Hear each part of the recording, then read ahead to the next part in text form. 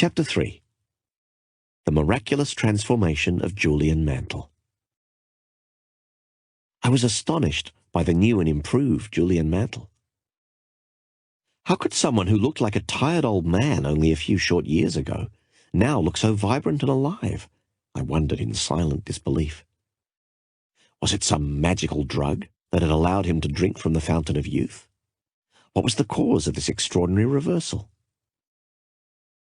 Julian was the first to speak. He told me that the hyper-competitive legal world had taken its toll on him, not only physically and emotionally, but spiritually.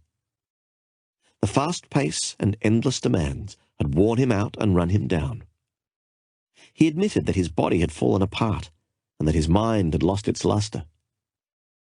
His heart attack was only one symptom of a deeper problem.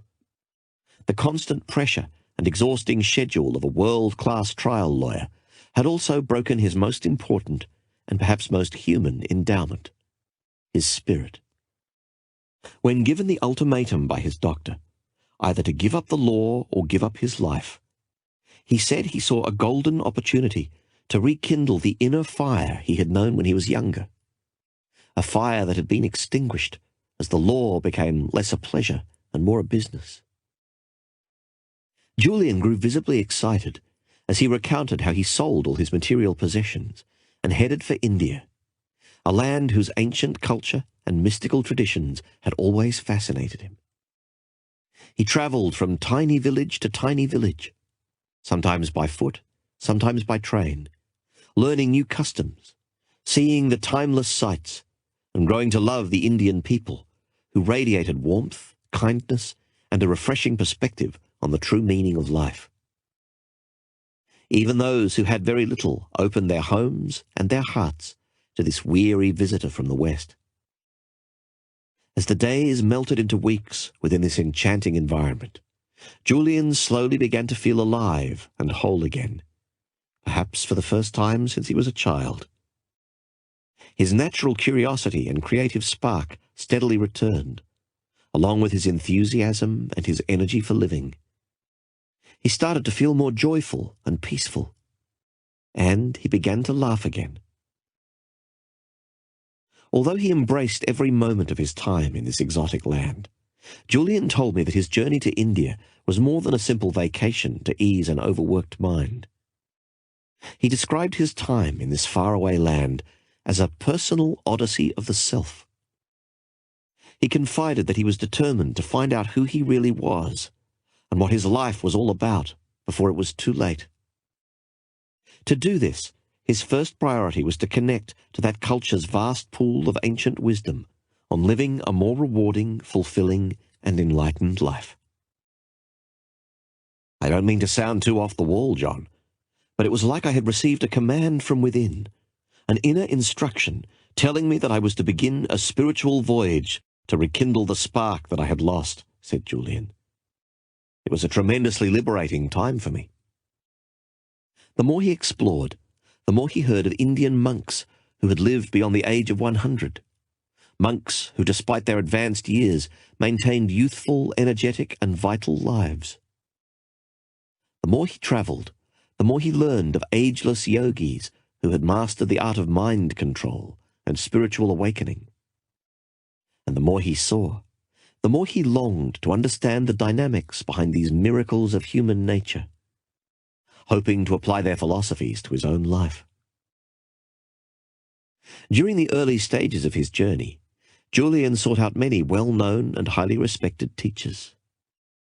He told me that each one of them welcomed him with open arms and open hearts, sharing whatever gems of knowledge they had absorbed over lifetimes spent in quiet contemplation on the loftier issues surrounding their existence. Julian also attempted to describe the beauty of the ancient temples that were strewn across the mystical landscape of India, edifices that stood as loyal gatekeepers to the wisdom of the ages. He said he was moved by the sacredness of these surroundings. It was a very magical time of my life, John. Here I was, a tired old litigator, who had sold everything from my racehorse to my Rolex, and had packed all that remained into a large rucksack that would be my constant companion as I ventured into the timeless traditions of the East. Was it hard to leave? I wondered aloud, unable to contain my curiosity. Actually, it was the easiest thing I have ever done. The decision to give up my practice and all my worldly possessions felt natural. Albert Camus once said that real generosity towards the future consists in giving all to what is present. Well, that's exactly what I did. I knew I had to change, so I decided to listen to my heart and do it in a very dramatic way. My life became so much simpler and meaningful when I left the baggage of my past behind. The moment I stopped spending so much time chasing the big pleasures of life, I began to enjoy the little ones, like watching the stars dancing in a moonlit sky, or soaking in the sunbeams of a glorious summer morning. And India is such an intellectually stimulating place that I rarely thought of all I had left. Those initial meetings with the learned and the scholarly of that exotic culture, though intriguing, did not yield the knowledge for which Julian hungered. The wisdom that he desired, and the practical techniques that he hoped would change the quality of his life, continued to elude him in those early days of his odyssey. It was not until Julian had been in India for about 7 months that he had his first real break. It was while he was in Kashmir, an ancient and mystical state that sits sleepily at the foot of the Himalayas, that he had the good fortune to meet a gentleman named Yogi Krishnan.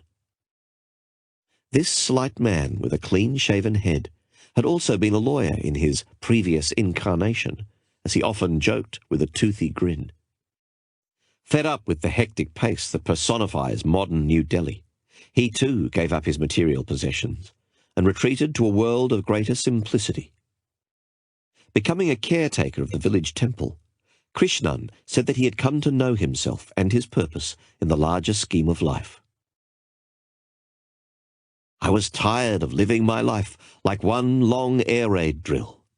I realized that my mission is to serve others and somehow to contribute to making this world a better place.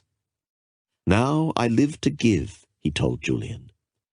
I spend my days and nights at this temple, living an austere but fulfilling life. I share my realizations with all those who come here to pray. I serve those in need. I am not a priest. I am simply a man who has found his soul. Julian informed this lawyer-turned-yogi of his own story. He spoke of his former life of prominence and privilege. He told Yogi Krishnan of his hunger for wealth and his obsession with work. He revealed, with great emotion, his inner turmoil and the crisis of spirit he had experienced when the once bright light of his life began to flicker in the winds of an out-of-balance lifestyle.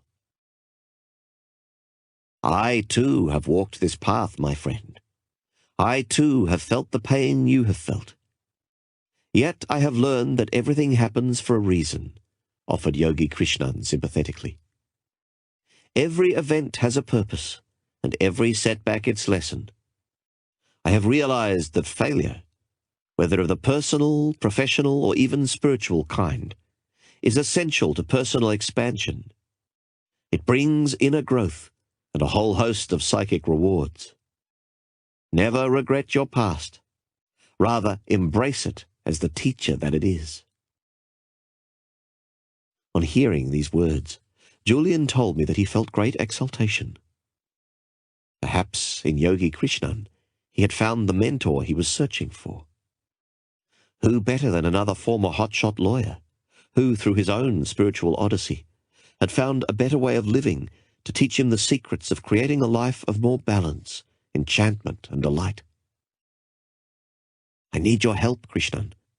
I need to learn how to build a richer, fuller life. I would be honored to assist you in any way that I can, offered the yogi. But may I give you one suggestion? Sure. For as long as I have been caring for this temple in this little village, I have heard whisperings of a mystical band of sages living high in the Himalayas. Legend has it that they have discovered some sort of system that will profoundly improve the quality of anyone's life. And I don't just mean physically.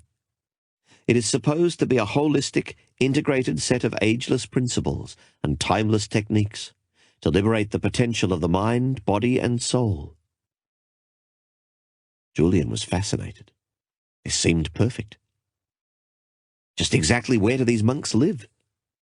No one knows, and I regret that I'm too old to start searching. But I will tell you one thing, my friend. Many have tried to find them, and many have failed, with tragic consequences. The higher reaches of the Himalayas are treacherous beyond compare. Even the most skilled climber is rendered helpless against their natural ravages. But if it is the golden keys to radiant health, lasting happiness, and inner fulfillment that you are searching for, I do not have the wisdom you seek. They do. Julian, never one to give up easily, pressed Yogi Krishnan again. Are you certain that you have no idea where they live? All I can tell you is that the locals in this village know them as the great sages of Sivana. In their mythology, Sivana means oasis of enlightenment. These monks are revered as if they are divine in their constitution and influence. If I knew where they could be found, I would be duty-bound to tell you. But honestly, I do not know. No one does, for that matter. The next morning, as the first rays of the Indian sun danced along the colourful horizon, Julian set out on his trek to the lost land of Sivana. At first he thought about hiring a Sherpa guide to aid him in his climb through the mountains. But for some strange reason his instincts told him that this was one journey he would have to make alone.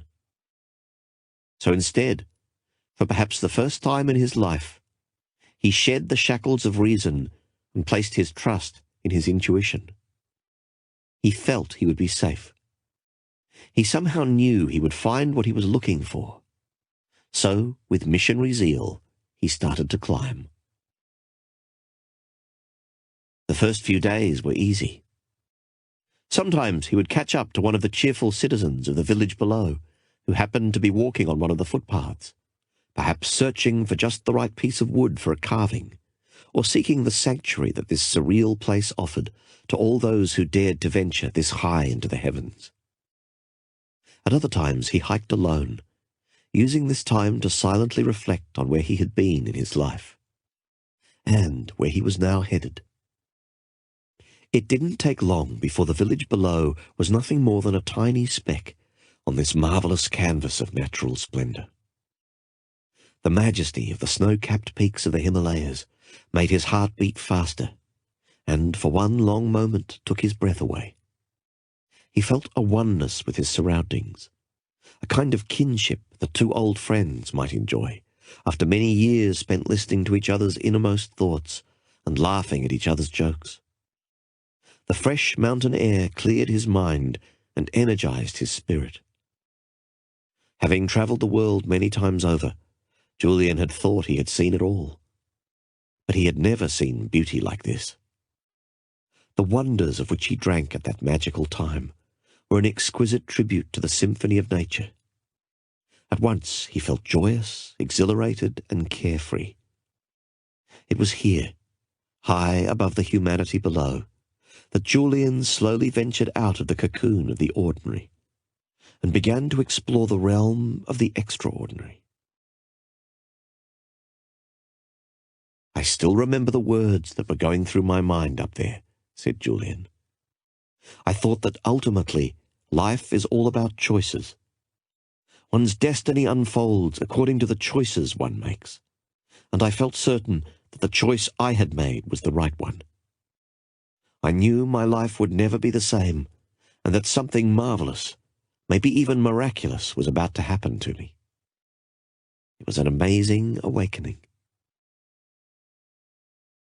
As Julian climbed into the rarefied regions of the Himalayas, he told me that he grew anxious. But it was those good kind of jitters, like the ones I had on prom night, or right before an exciting case began, and the media was chasing me up the courtroom steps. And even though I didn't have the benefit of a guide or a map, the way was clear, and a thin, lightly travelled path led me higher into the deepest reaches of those mountains. It was like I had some sort of inner compass, nudging me gently towards my destination. I don't think I could have stopped climbing even if I had wanted to.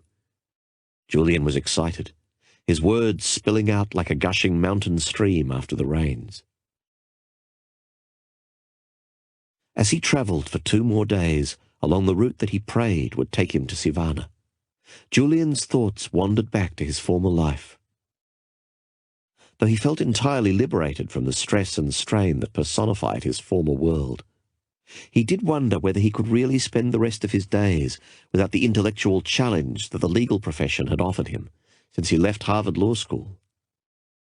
His thoughts then wandered back to his oak-panelled office in a glittering downtown skyscraper and the idyllic summer home he had sold for a pittance. He thought about his old friends, with whom he would frequent the finest of restaurants in the most glamorous locales. He also thought about his prized Ferrari, and how his heart would soar when he gunned the engine, and all its ferocity sprang to life with a roar. As he ventured deeper into the depths of this mystical place, his reflections of the past were quickly interrupted by the stunning marvels of the moment. It was while he was soaking in the gifts of nature's intelligence that something startling happened. From the corner of his eye he saw another figure, dressed strangely in a long, flowing red robe, topped by a dark blue hood, slightly ahead of him on the path. Julian was astonished to see anyone at this isolated spot that had taken him 7 treacherous days to reach. As he was many miles away from any real civilization, and still uncertain as to where his ultimate destination of Sivana could be found, he yelled out to his fellow traveller. The figure refused to respond and accelerated his pace along the path they were both climbing, not even giving Julian the courtesy of a backward glance of acknowledgement. Soon the mysterious traveller was running, his red robe dancing gracefully behind him like crisp cotton sheets hanging from a clothesline on a windy autumn day. "Please, friend, I need your help to find Sivana," yelled Julian. "I've been travelling for 7 days with little food and water. I think I'm lost." The figure came to an abrupt stop. Julian approached cautiously, while the traveller stood remarkably still and silent. His head did not move, his hands did not move, and his feet kept their place. Julian could see nothing of the face beneath the hood, but was struck by the contents of the small basket in the hands of the traveller. Within the basket was a collection of the most delicate and beautiful flowers Julian had ever seen. The figure clutched the basket tighter as Julian drew near, as if to display both a love of these prized possessions and a distrust of this tall Westerner, about as common to these parts as dew in the desert. Julian gazed at the traveller with an intense curiosity. A quick burst of a sunbeam revealed that it was a man's face under the loosely fitting hood. But Julian had never seen a man quite like this one. Though he was at least his own age, he had striking features that left Julian mesmerized and caused him to simply stop and stare for what seemed like an eternity. His eyes were cat-like and so penetrating that Julian was forced to look away. His olive-complexioned skin was supple and smooth. His body looked strong and powerful. And though the man's hands gave away the fact that he was not young, he radiated such an abundance of youthfulness and vitality that Julian felt hypnotized by what appeared before him, much like a child watching the magician at his first magic show. "This must be one of the great sages of Sivana," Julian thought to himself, scarcely able to contain his delight at his discovery. "I am Julian Mantle. I've come to learn from the sages of Sivana. Do you know where I might find them?" he asked. The man looked thoughtfully at this weary visitor from the west. His serenity and peace made him appear angelic in nature, enlightened in substance. The man spoke softly, almost in a whisper. "Why is it that you seek these sages, friend?" Sensing that he had indeed found one of the mystical monks who had eluded so many before him, Julian opened his heart and poured out his odyssey to the traveller.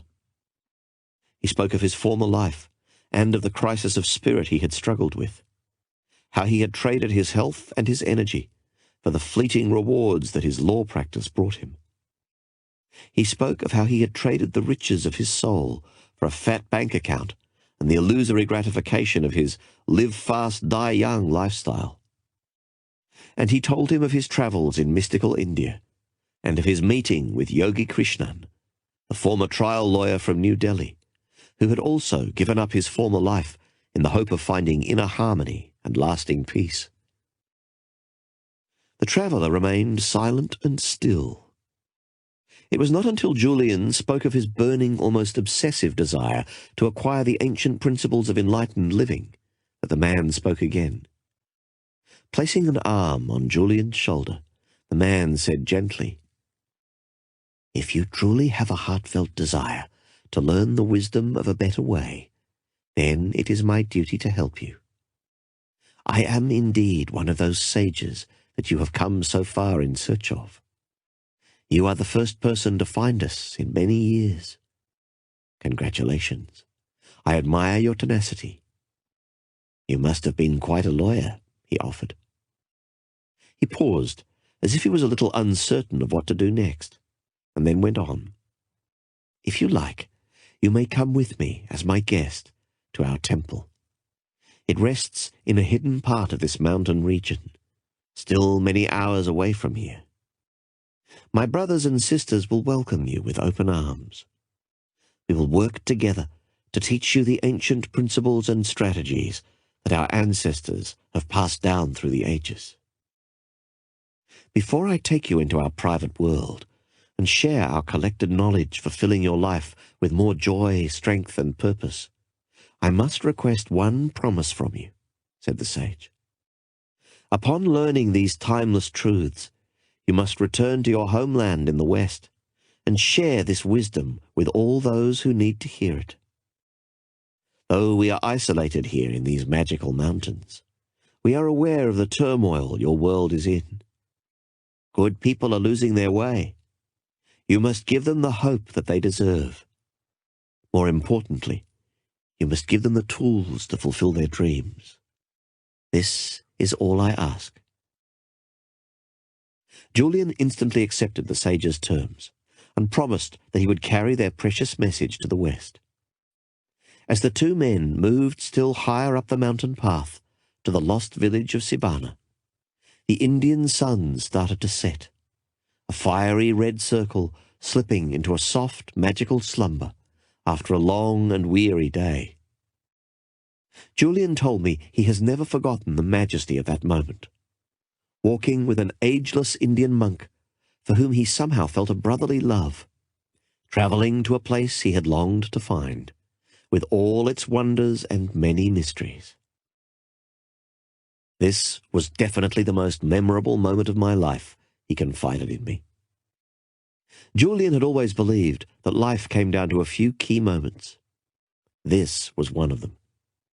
Deep inside his soul, he somehow sensed that this was the first moment of the rest of his life, a life soon to be much more than it had ever been.